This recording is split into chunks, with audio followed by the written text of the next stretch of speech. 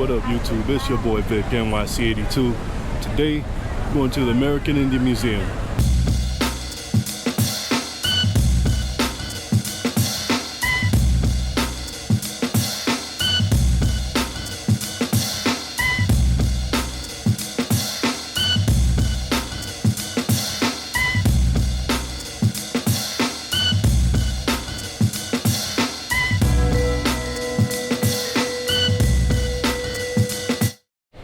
In the Native American Museum. And this is cool. So the National Museum of the American Indian. It's actually two museums. This is a Smithsonian museum, and there's two locations. There's one in Washington, D.C., and then you have the one in New York City, which is located at the Alexander Hamilton Customs House. Interesting fact about the Customs House. This was originally intended to be the residence for the President of the United States. As we know in history, that New York was the first nation's capital for a very short period of time. So the museum itself occupies the second floor of the building. The building is also home to the United States Bankruptcy Court for the Southern District of New York, and it's also home to the National Archives. So security is tight. Yeah, so you know security's tight. You do go through metal detectors upon entry, but you know it's a pretty relaxed atmosphere. The entry is free, so that's, you know, free is always good. Can never argue with free.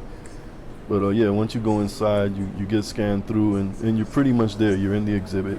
Well, depending where you enter from, because you can enter from the first floor, or you can enter from the second floor. So Tainos, so my people. If you enter from the first floor, the guard will direct you to the elevator up to the second floor, and that's where it's called a museum, but it's small because it's really just one floor. It kind of feels more like just an exhibit. So that's how it felt to me. But not to lessen the museum. It was cool. You know, as you've been following my channel, you know that I have a fondness for historical things. So, you know, I did like it. I did enjoy it. Now, this exhibit was near and dear to me because I am Puerto Rican, and if you know anything about history, basic history, you know that the Tainos were the native people from Puerto Rico. So, you know, this was like going back down into my own history. You know, I really felt a connection to this part. A lot of the artwork that I saw there is artwork that I'm familiar with. You know, I still see these symbols when I go to Puerto Rico today to visit family. So, yeah, this part really captured me. I was really in heaven in this exhibit. This one was great. This one was awesome. Now, they do allow video and photography. The only rule is that they don't allow the use of selfie sticks. And at one point, you know, I use my GoPro Hero 7. I have a Hero 7 Black, and I didn't have it on a stick, but I did have it on like a small tripod. Basically, I was just using that as a grip. And even with that, you know, a couple guards, you know, they wanted to know if that was a selfie stick or not. You know, once I showed it to them, explained it, you know, it's just a little tripod. I'm using it to hold it. They kind of relaxed and backed off, but just keep that in mind if you plan to visit the museum. You know, pictures is fine, video is fine. Just don't use no selfie sticks, don't use no tripods. And if they see you or they think that that's what you're using, they will say something to you. You know, so they will throw you out for that.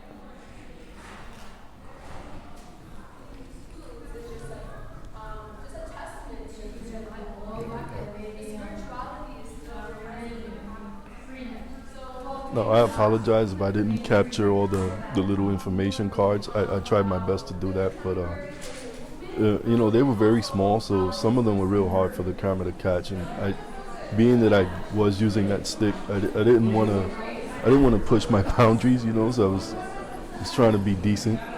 So you know, I don't speak. I'm not going to speak much about things I don't know. I don't want to sound foolish, but you know, I do talk about certain things as the video goes along. You know, I'll read from whatever cards and stuff. So.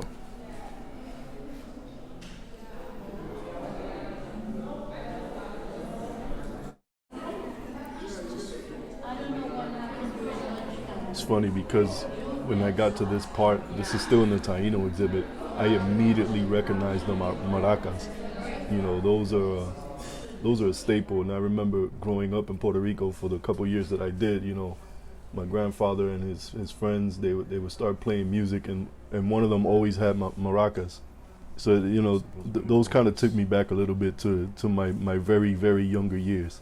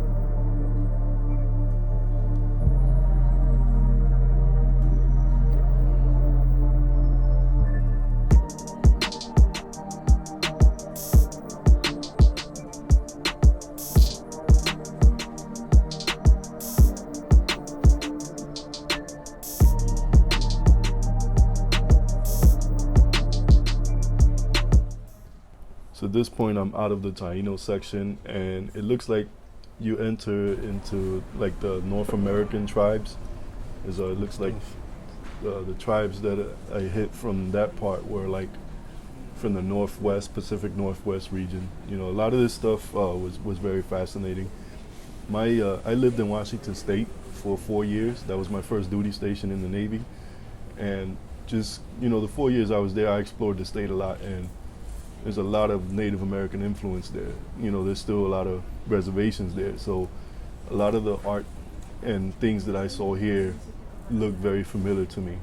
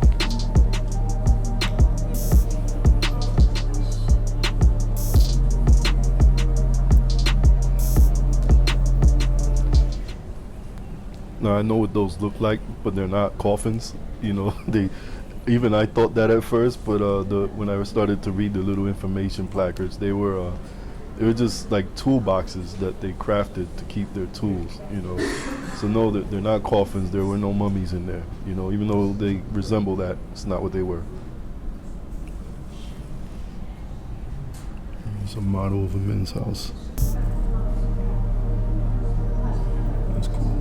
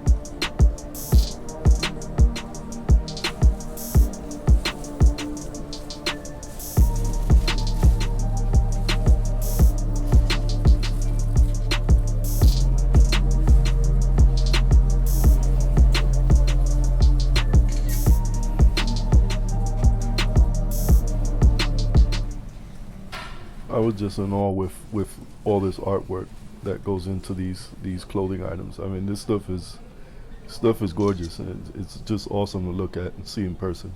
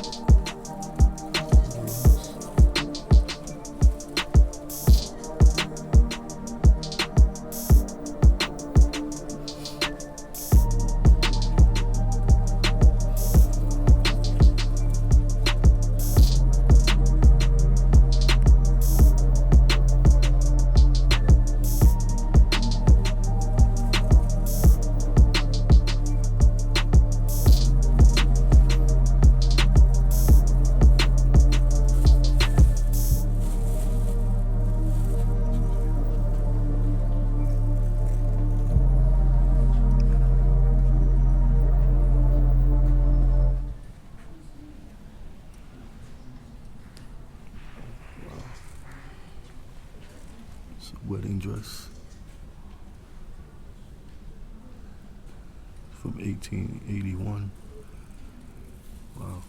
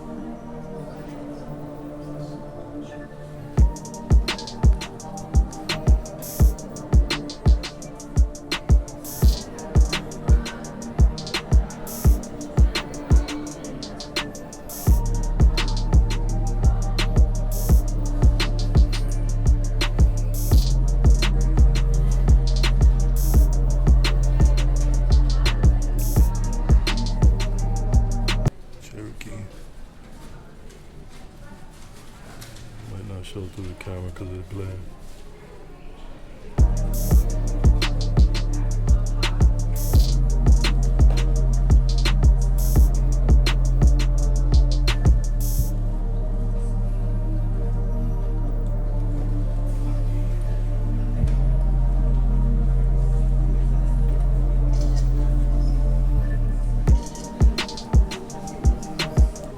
Apache. Oh, this is Apache. That's cool.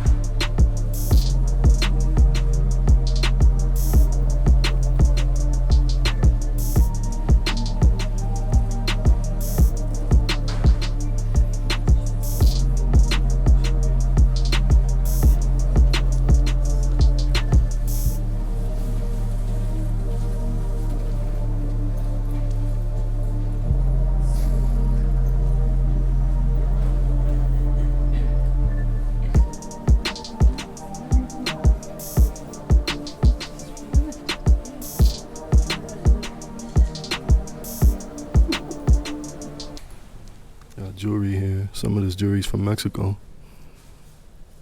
Actually, it looks like it all is. Now, when I got to this part, I was a little surprised because, I mean, the name of the museum is the National Museum of the American Indian. So I was expecting Navajo, Cherokee, Chickasaw, and those tribes like that, and which there was plenty of stuff from those tribes and the other American tribes. But I wasn't expecting things from Mexico, Peru, Argentina, Brazil, because you're thinking American. But I guess what they mean is the Americas in general, because I mean, there was stuff from Mexico, South Central America. I mean, there was even stuff from Canada. So the name of the museum, I guess you could say it's a little misleading, but maybe it's not, because, I mean, that's the Americas. There's two Americas, North and South. So, it just kind of caught me by surprise, but, I was happy to see the stuff there. It was it was very fascinating.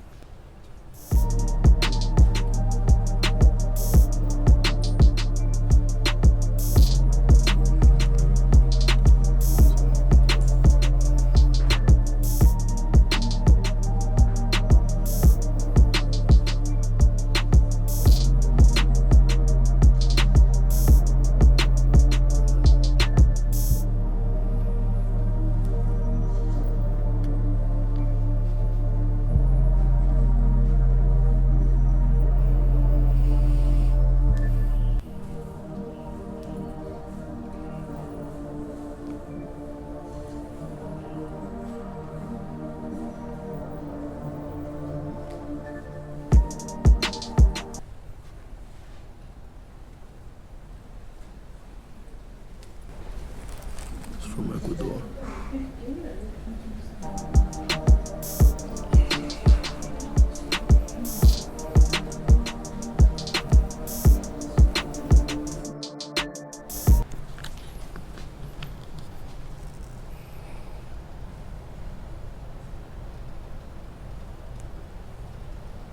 That's pretty damn tall.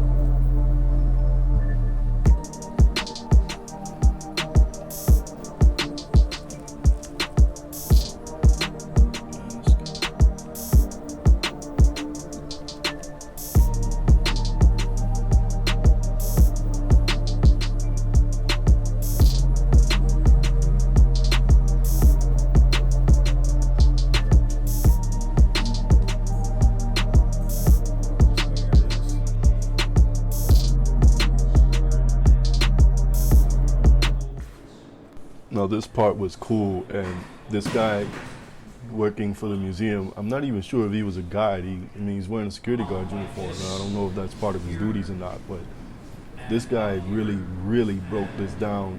It was just fascinating to hear him speak about it. You could tell that he was very passionate, about the artwork itself. So yeah, man, just listening to him was real cool, and he really explained the heck out of this. These are the shapes that are like the vowels and the consonants. This forms the iconography of the foreign line language.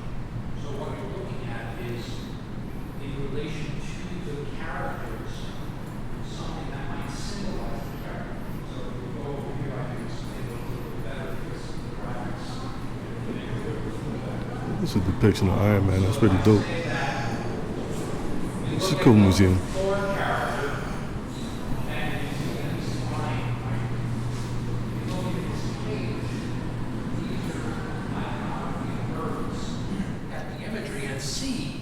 A face, it's right there. Now, so in the ovoids, when you look at some of the artifacts in the collection, you'll find these circular patterns. And if my phone's going to work for me today, I can show you what some of those are. sometimes it's iffy in this area. What tribe is the water? Well, the Northwest Territories in Washington, Seattle, up into, Saskatchewan, into Vancouver and Canada, all along that northern, western part of like America and Canada, British Columbia, things like This is that. dope. That's the area. This is Marvel characters depicted in a Native American style. It's pretty dope. Traits of different form line languages, but the main ones are the Northwest coast. So Misty the Knight, artist is Jeffrey Green. Iron Fist, Doctor Strange, Luke Cage, This is Jeffrey. Daredevil. He's about in his mid-40s. He was a graphic designer, went to college for graphics, and then he became a Marvel comic book artist. And he did special covers and things for different comic companies. Now, when I look at the artifacts from the collection, I get to get this concept. Now, if we look at the U-shaped forms, you can see them here. And this is this shape here and into the, arms here and the mask here. These are the U shapes. Now, there's subtleties in these language forms and the iconography. So if you say it's an outline versus a solid, if it has a rounded edge or a pointed edge, they have different meanings. I'm not a scholar of this. I'm not a native from the tribe, so I can't tell you the subtleties, but I can tell you the forms and say, well, this means one thing and this means another. Don't ask me what.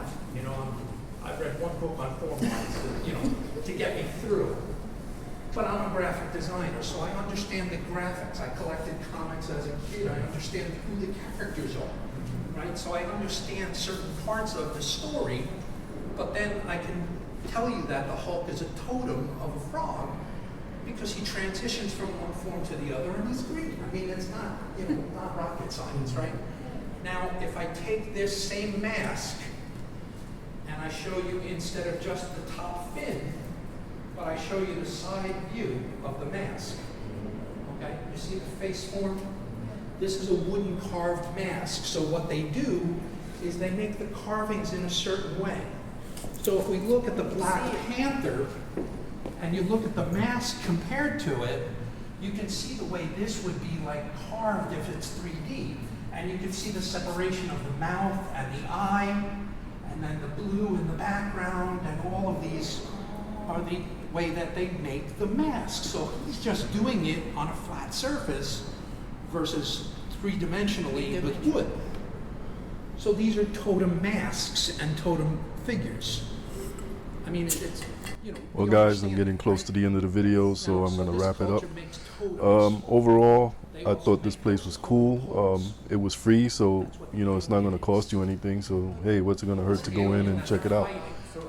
But no, other than that, I would still recommend it. It is interesting. If you're into history and things like that, then you'll feel right at home here. Cool museum, staff was cool.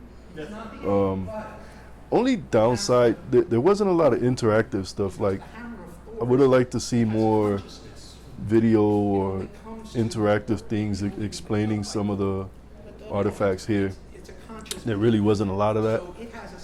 But I mean, that's just one small thing. Overall, it's a cool place. Yeah, I spent maybe an hour and some change there, checking everything out, looking at it, reading the placards and stuff for the information.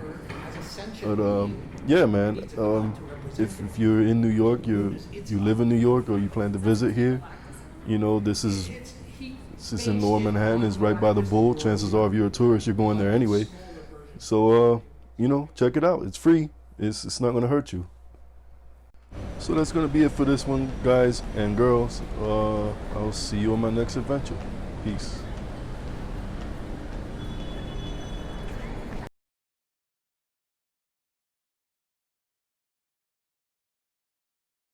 Hey YouTube, it's your boy Vic NYC82. If you like my videos, please like, subscribe, and don't forget to hit that little warning bell so you know every time I put a new video up. Peace.